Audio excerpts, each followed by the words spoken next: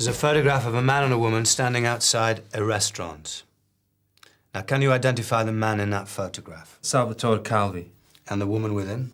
Mrs. Calvi. And my client has a name, too. The use of suspect is inappropriate and totally unnecessary. Mr. Vasey, do you have any connection with Salvatore Calvi? I work for him. In what capacity? The waiter. Salvatore Calvi was found in his restaurant by you on the evening of Saturday the 26th. Yes. He'd been attacked and left for dead, his head split open. Now, at first, you were interviewed as a witness, but in light of new evidence, we are now questioning you as a suspect. Exhibit SC3. Now, using this statement, I want to go through the events of that evening. By the way, have you seen Mr. Carver since the attack? Yes. So you know that he's been left in a permanent vegetative state? Yes. I'm now showing Mr. Vasey Exhibit RS1. This is a floor plan of the Casa Calvi restaurant, owned by Mr. and Mrs. Salvatore Calvi. Do you recognize this as the ground floor of the restaurant? Yes. Could you point out where you found Mr. Calvi? About there. Opposite the bar? Yes. And could you describe exactly the state that Mr. Calvi was in? He was just lying. The back of his head was... There was a lot of blood. And what do you think had happened? That he was attacked by the same person that attacked me. Attacked you? Well, that's a slight exaggeration, isn't it? Paul was in hospital for 3 days. I think that says enough. So you went to investigate a noise in the kitchen? Yes, I was wiping down the tables when I heard this noise and... What was Mr. Calvi doing? He was pouring me a drink. He wasn't cashing up? No, he just finished cashing up. That's quite clear in the statement. Carry on, Mr. Vasey. I was nearest to the kitchen, so I went to have a look, and the next thing I remember is waking up on the floor. And how long were you there? I don't know. But I woke up, I could feel this cold, the floor on the side of my cheek. I didn't know where I was. And then what happened? I tried to get up, but my head, I couldn't seem to move. You saw somebody running off? Yes. Was he a man in jeans, dark hair, stocky build? It's not a lot for us to go on. That's all I saw. Did you go after him? No. Why not? I could barely stand.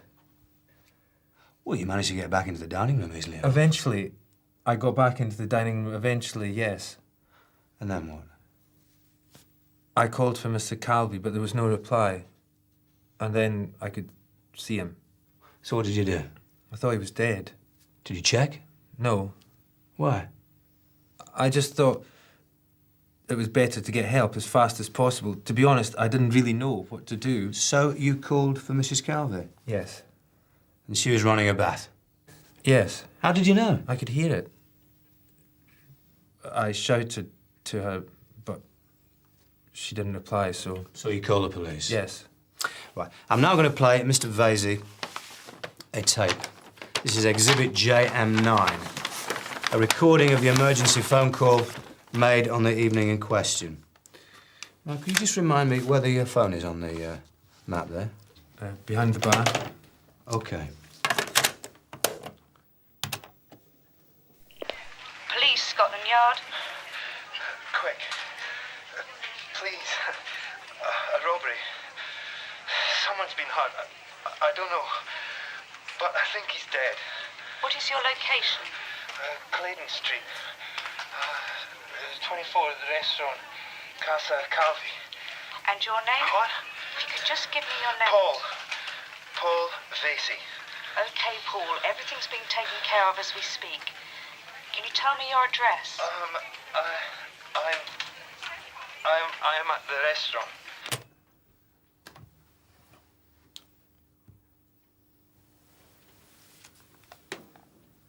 You don't sound so bad for someone who's just been hit over the back of the head and can hardly stand. You don't need to answer that. Mr. Vasey can make up his own mind. Well, no. Suddenly I felt dizzy, sick. My head was spinning. So Mr. Calvi's lying there on the floor, half dead. And you do nothing until my officers arrive. Once I knew someone was coming. It was like all the effort of... Suddenly, it was all gone. Sounds like the classic after effect of adrenaline to me. Hardly surprising in the circumstances.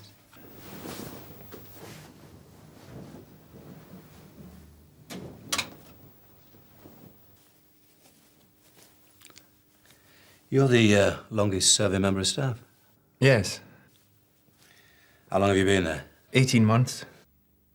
Your reason for staying on, was it anything to do with Mrs. Calvey? No. What is your relationship with Mrs. Calvey? Nothing. I don't have any relationship. She's a very attractive woman. Suspect shrugs. I can't see how I can answer that. If I say no, well, what's the point of denying the obvious? And if I say yes, I can't win either. Did you ever confide in Mrs. Calvey? No. Did Mrs. Calvey ever confide in you? No. Did she tell you about her pregnancy? Yes. That's very intimate. She told me only because it might have affected the running of the restaurant. But she didn't tell anybody else. I worked there longer than anyone else. So she relied on you? I suppose so. Trusted you? Maybe. And when she lost the baby, did she tell you? She said the doctors... She told me they said it might have been caused by the shock of what's happened to her husband. This reliance that Mrs. Calvey had on you, did it cause any friction between you and Mr. Calvey? No. If it had, he'd hardly have kept me on, let alone offer me a drink, if it had been. He was a jealous man. I really don't know. So, after a long, tiring day at the restaurant, the rest of the staff can't wait to get home. You choose to stay behind and wipe tables down. As I said, he offered me a drink. Is it hard work being a waiter? Most of the time, yes. In and out of the kitchen. Hot, busy, crowded conditions. You know we sent your clothes for forensic analysis. Yes. You had been wearing them all day, hadn't you? Yes. Well, how is it possible that they were so clean? There wasn't a mark on them. There wasn't any food, sweat. It's all here in the report. If that's what it says.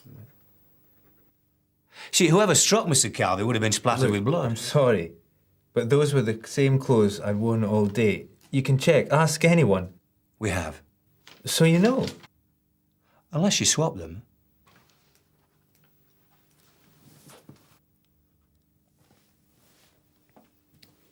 How many times were you hit on the head? Once. How many times do you think Mr. Calvey was hit? At least half a dozen. That's including 3 depressed fractures. You'd have thought, though, wouldn't you, if you were going to rob that restaurant, all you'd have to do was to incapacitate Mr. Calvey, like you were incapacitated. I mean, why go on hitting him? I don't know. It's very strange, isn't it? Perhaps he didn't tell him where the money was. Yeah, but knocking him unconscious. Look, I don't know. I don't think it matters what I say. It's obvious what you think. And nothing's going to change it. But I didn't do it. I didn't do anything. Yes, shall we call a break there? No. How much longer is this going to go on? I would like to play Exhibit JM9 again. This is the recording of the emergency phone call. D.C. Okay, Paul, everything's being taken care of as we speak. Can you tell me your address? I'm... Did you hear that? Click as you say, I'm at the restaurant. We have a Professor Greenwell who's a forensic expert in recorded sound, and he's analysed this tape. Now, although it's a faint noise, he can test, because they're forensically different, whether the noise was a quiet sound near the phone or a louder sound farther off. Now, I'm going to play you Exhibit JM16. Now, this is a noise lifted off the tape and amplified.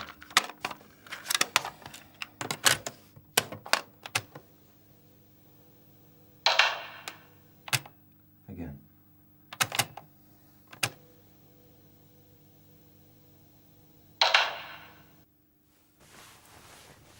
Do you recognise that sound? No. Somebody closing a door. It's not you, Paul.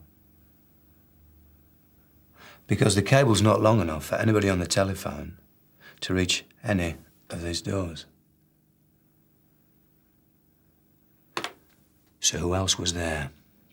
You can stand there for as long as you like, but I'm not stopping this interview. I want to speak to Paul now, in private. No. I insist on having a conference with my client. Look, I'm sorry, all your client has done is failed to answer a question. This is not a legal matter that needs to be discussed here or in private. This has been a setup.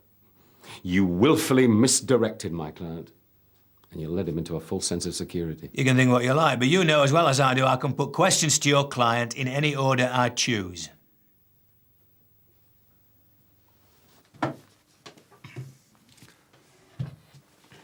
Now, I'd like to refer back to Exhibit RS1, the floor plan. Now, the doors are all in view of the telephone, but they're too far to reach. Now, you didn't leave the telephone because you were talking all the time.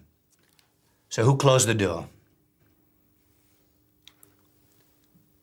A refusal to answer a question will allow the court to draw its own conclusion. No one. There was no one there. Then how do you account for the door closing? I don't know. Yes, you do. No. There was somebody else there. No.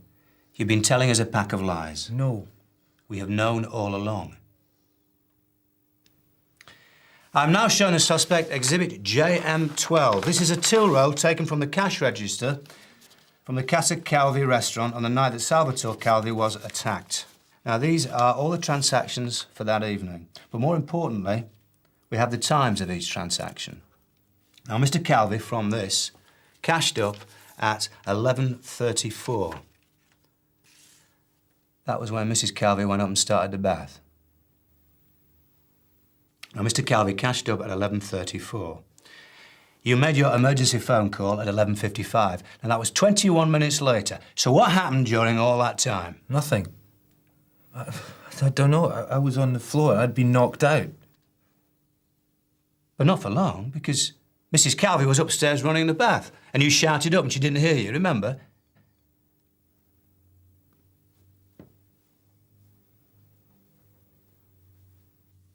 It doesn't take 20 minutes to run a bath, does it? I don't know. No, it doesn't, because we checked. And in order for the bath to be running quick enough for you to hear it downstairs, it would take 7 minutes at the most.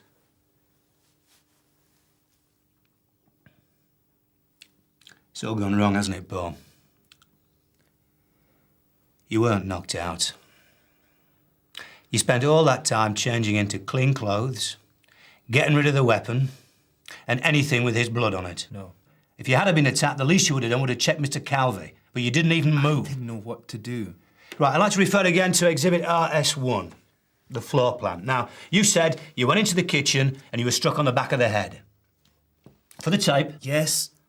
Now, Mr. Calvi's lying opposite the bar, near the door to the upstairs flat. He too had been hit on the back of the head. Now, how could someone have knocked you over, come through the kitchen, right the way through the restaurant, up behind Mr. Calvi, hit him on the back of the head, without him moving or lifting a finger to defend himself? How is that possible? Someone hit me. That's all I know. I don't know what happened after that. Well, looking at the floor plan, someone could have hit Mr. Calvi if they'd been behind the door to the flat upstairs as Mr. Calvi came through. What do you think about that?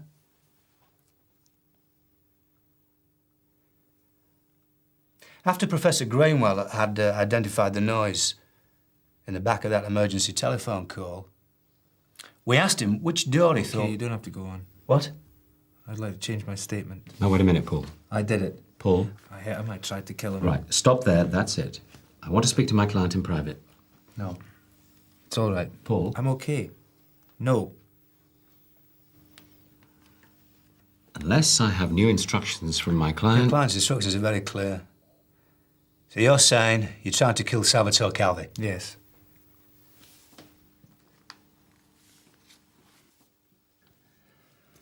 Would you like to tell us what happened? When we closed and everyone had gone, he went to get something. I waited behind the door and hit him when he came back. What with? An iron bar. I tried to make it look like a robbery. I took what money there was out of the till. And then, as you said, I swapped my clothes.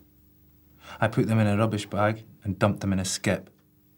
I got rid of the money there as well. It didn't take long. Why? What? Why did you want to kill him? Because. No comment. Who else was there? No one. Who closed the door? There was no one else there. How did you get the injury on the back of your head? Well, someone must have hit you. You didn't do it yourself. No. And why did you suddenly confess when I was about to tell you which door had been recorded closing on the tape? I didn't. Because you know which door it was, don't you? No. It was the door to the upstairs flat. She was there, wasn't she?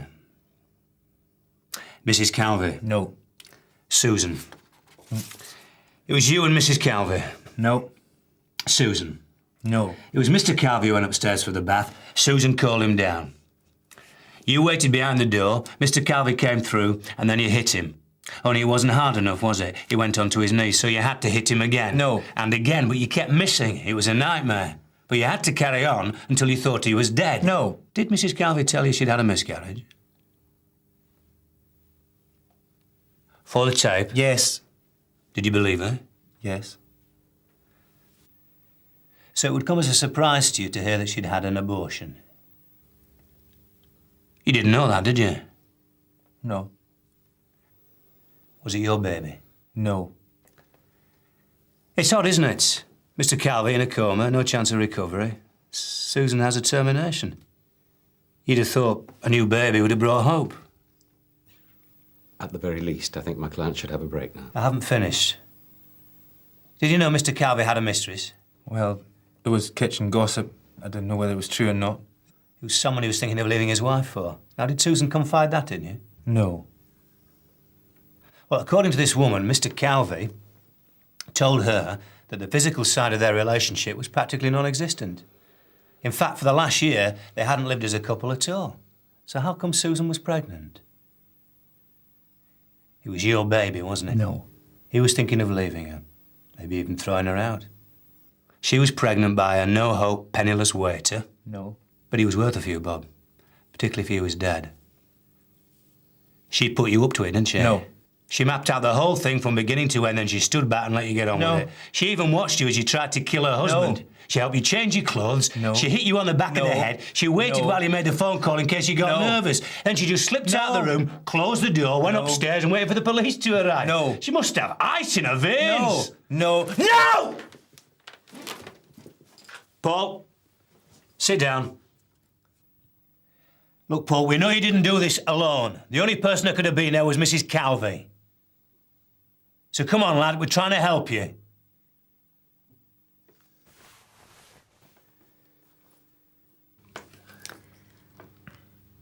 You really love her, don't you, Paul?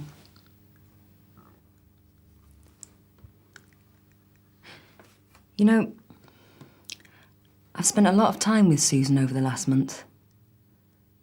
Taking statements, going over details. Just talking. Even taking her to see Salvatore. She's had a hard life, hasn't she? It's made her hard. She's had to fight. She even had to fight for Salvatore. He was married to his childhood sweetheart when they met. Did she tell you that? If she wants something badly enough, she gets it, doesn't she?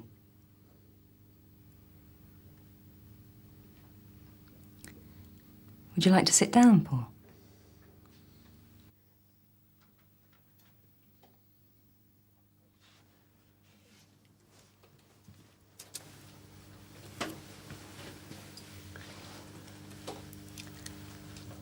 So how did you feel when Susan told you that she'd had an abortion? I didn't know anything about it. You know, I think the father has just as much right to grieve. More so sometimes. I mean, even if she did conceive another child by you, you can't replace what's already been lost, can you? I mean, you can have another baby, but it's not quite the same, is it? I think she knew you tried to stop her. That's why she had the termination quickly while you were still lying in hospital. No. No. What do you mean? Nothing. Do you mean that you knew what she was planning to do and you didn't mind? I can't believe that, Paul. Holding back the stuff about the door, that was one thing. But making up lies. I thought they weren't allowed to do that. But we're not. I'm not lying. You just have. No. What have I lied about? The hospital? The abortion? When she had the abortion, is that it? When do you think she had it done, Paul? No comment. I promise you, Paul, she had it done while you were lying injured.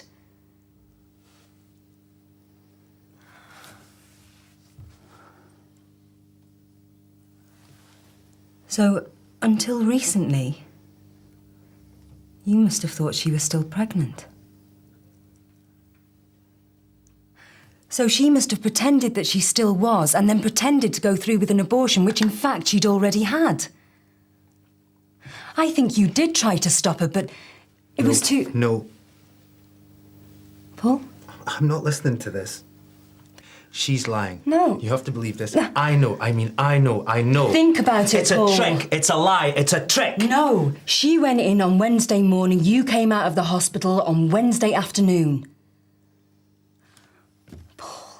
Paul, you were prepared to do anything for her and the baby. Anything, even kill. And what does she do in return? Aborts it. She can't get rid of that baby soon enough. The job was done. Her husband was out of the way. Being pregnant had served its purpose. I'm sorry, Paul. But she got rid of the baby because she didn't need it anymore. So you can check this the day she did this? I mean, it was... It's okay, Paul.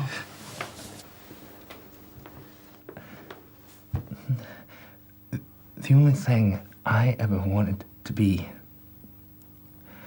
the only thing I ever thought I'd be any good at was a father. Holding, looking after, being there. For me, that's all.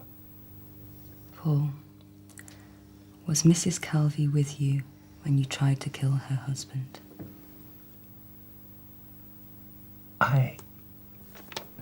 For the tab. Yes.